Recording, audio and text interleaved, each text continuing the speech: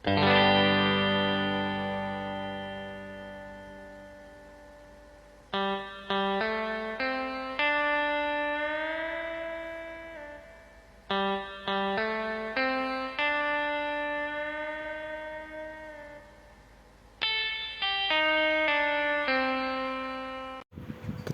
distribusi pendapatan. Apa sih ketimpangan distribusi pendapatan itu? Ketimpangan ekonomi adalah kondisi tidak seimbang yang terjadi di masyarakat berdasarkan aspek ekonomi, di mana aspek ekonomi dapat terlihat dari tidak seimbangnya pendapatan masyarakat.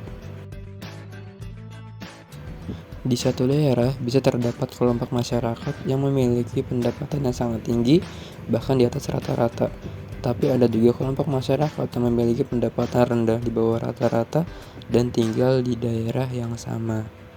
Kesenjangan ekonomi dapat terjadi karena adanya perbedaan batas kemampuan finansial yang besar antara kelompok pendapatan tinggi dengan kelompok pendapatan rendah.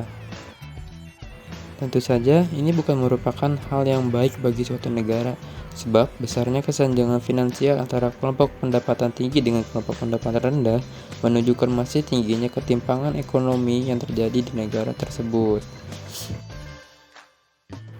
Kesenjangan ekonomi dapat memicu timbulnya kemiskinan di masyarakat. Penyebab kesenjangan ekonomi diantaranya yaitu kondisi demografis. Kondisi demografis berkaitan dengan kependudukan.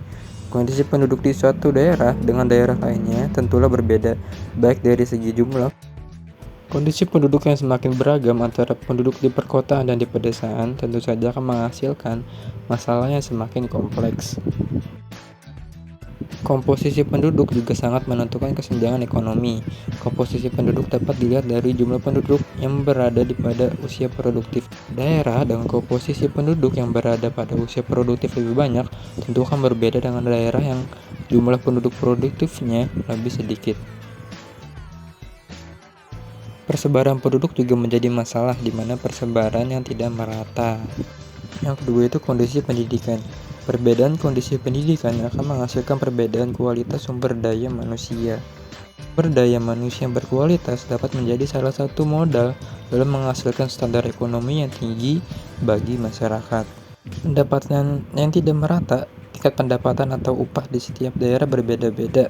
Hal ini dapat menyebabkan kesenjangan ekonomi sebab masyarakat di daerah perkotaan atau daerah industri akan memiliki kesempatan untuk mendapatkan upah yang lebih tinggi dibandingkan dengan masyarakat di daerah pedesaan. Pembangunan yang tidak merata.